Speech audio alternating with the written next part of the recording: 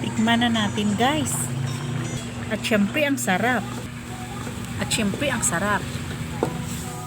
Pork cut into cubes. I-mix lang natin guys para lumabas yung kanyang mantika.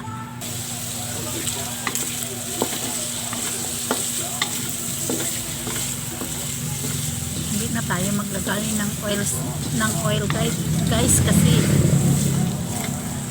baboy na meron ding mantika.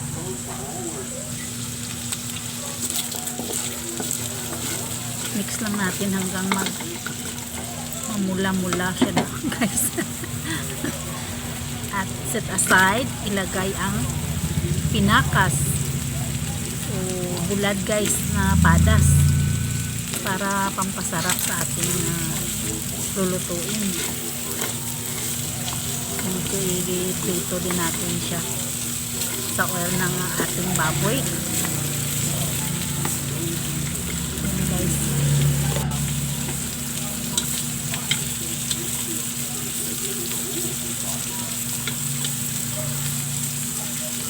Namula-mula din siya guys. Mix together lang natin.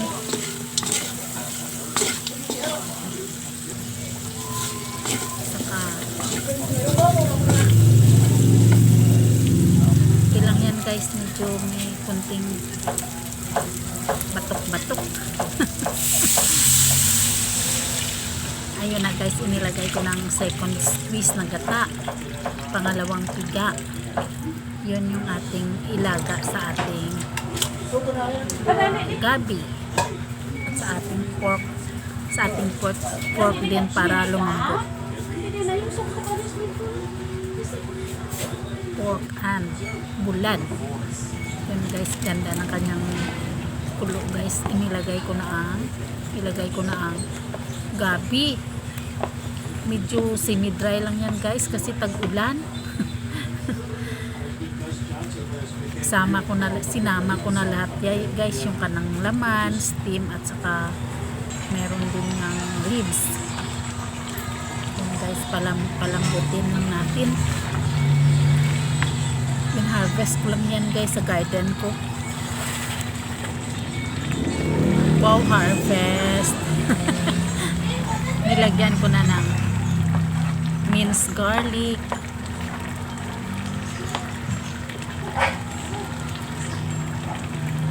minced onion, medyo guys, medyo umaaso-aso, hindi masyadong makita yung ating mga spices.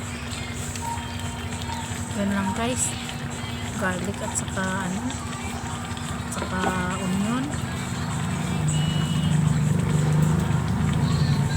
Meron ding asin bitsin yan guys kasi meron naman din siyang meron din naman siyang padas ng pinakas.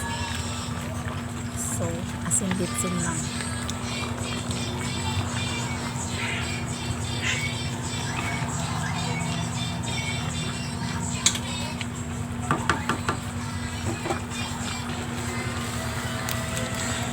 Seasoning granules.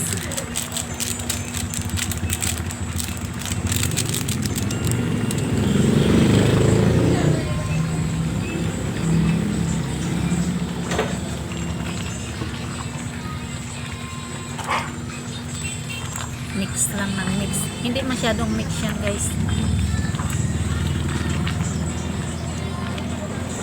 Kasi gabi yan eh. Pag kinakailangan ng mix.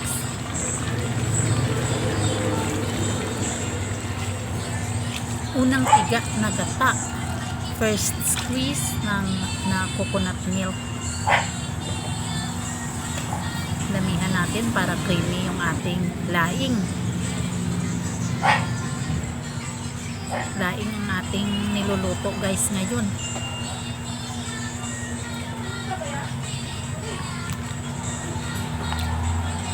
Palutuin lang natin yung kanyang gata. Yan. Nagdagdag ako guys ng seasoning granules.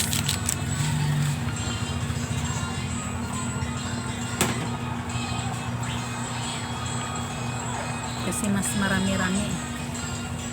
konti lang yung asin ko kanina.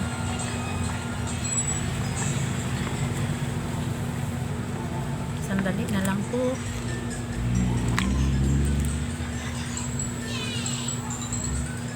At maluto na yung ating laing with pinakas at baboy. Yun na guys. Thank you for watching. Ready